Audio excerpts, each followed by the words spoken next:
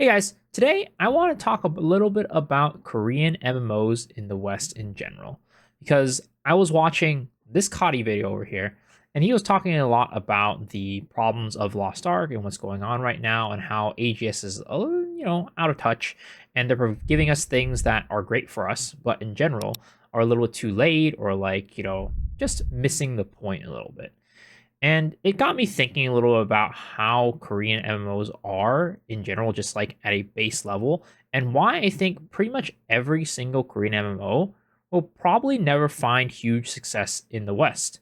And will also probably at some point die out and fizzle away. Now, there are definitely MMOs that have stood the test of time, much like MapleStory, right?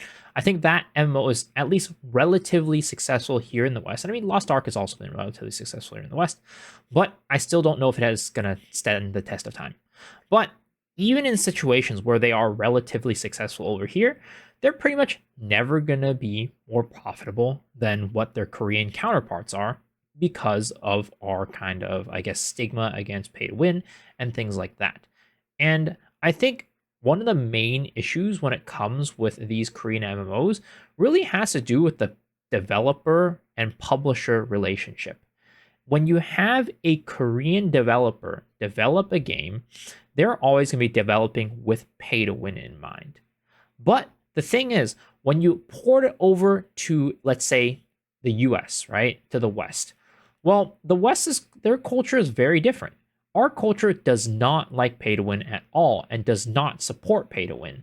And in many ways, because of that, the publisher ends up trying to, stitch together some form of very hybrid pay to win slash non pay to win version of the game.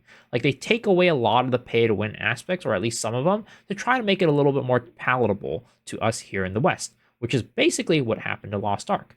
If you look at Lost Ark here in the West versus Lost Ark in Korea, it's very clear that the version that the Koreans have is a lot more pay to win than the version that we have over here. Granted that they're both still pay to win, but our version still is a lot less pay to win than in Korea. And I think that this developer and publisher relationship really is the issue with this. There's a reason why it's never not pay to win when you bring something over here. When you bring a game from Korea over here, the publisher can't develop anything, right? Because they're the publisher, they're not the developer. All they can do is basically tweak around little bits and pieces of monetization and also make some suggestions back to the developer. And sometimes the developer listens, sometimes the developer doesn't. And that's the main problem.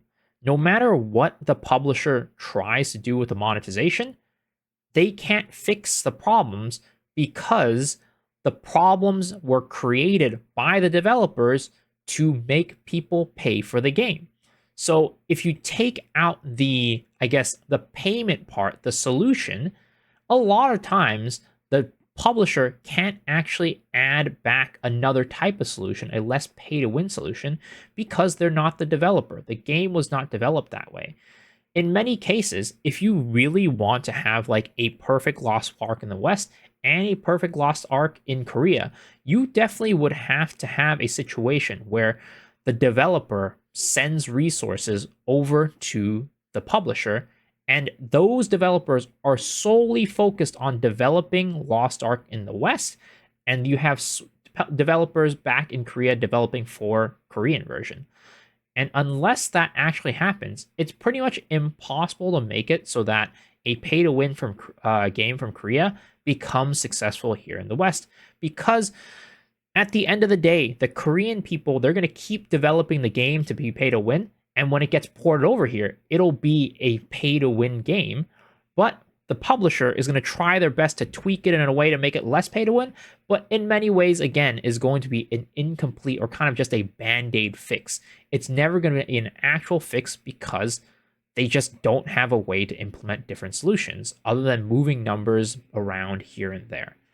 And I think there's a perfect example of this with two games, of course. Of course, with Lost Ark, which we know the situation of, but I also want to talk about MapleStory 2. I used to play MapleStory 2 back in the day when it came out here in the West, and I loved the game. It was basically like my favorite MMO at the time, and still is today. I still miss it.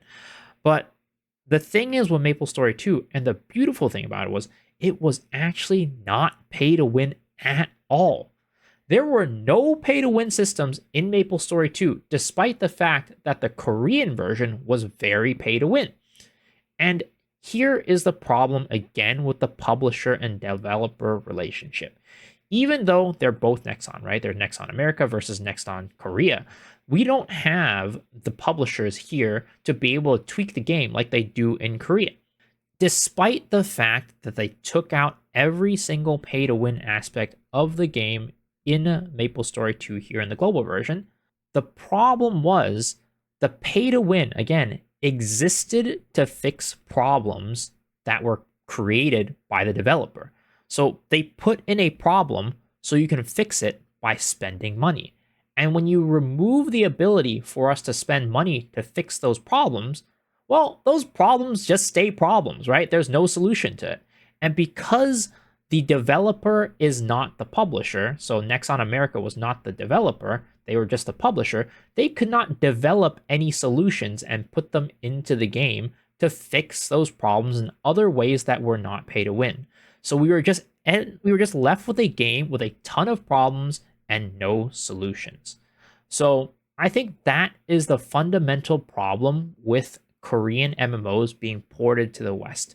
They're riddled with problems that were created by the developer, but at the same time, because we don't want the solution, which is the payment part, we end up having a game that is just hobbled together, like band-aid fixed together to make it run. And as a result, we have a game like Lost Ark. We have a game like MapleStory. We have all these Korean MMOs that are just not very successful.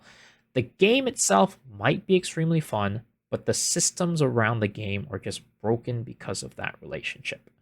So, I don't know. This was a very ranty video. Again, I was just kind of inspired to talk a little bit about this from Coddy's video.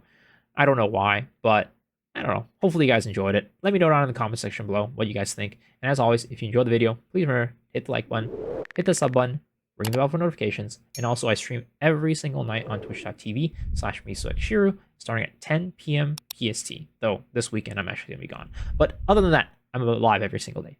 So, all right, guys. Hopefully I see you guys on my stream. But if not, hopefully I see y'all on the next video. All right. Peace out.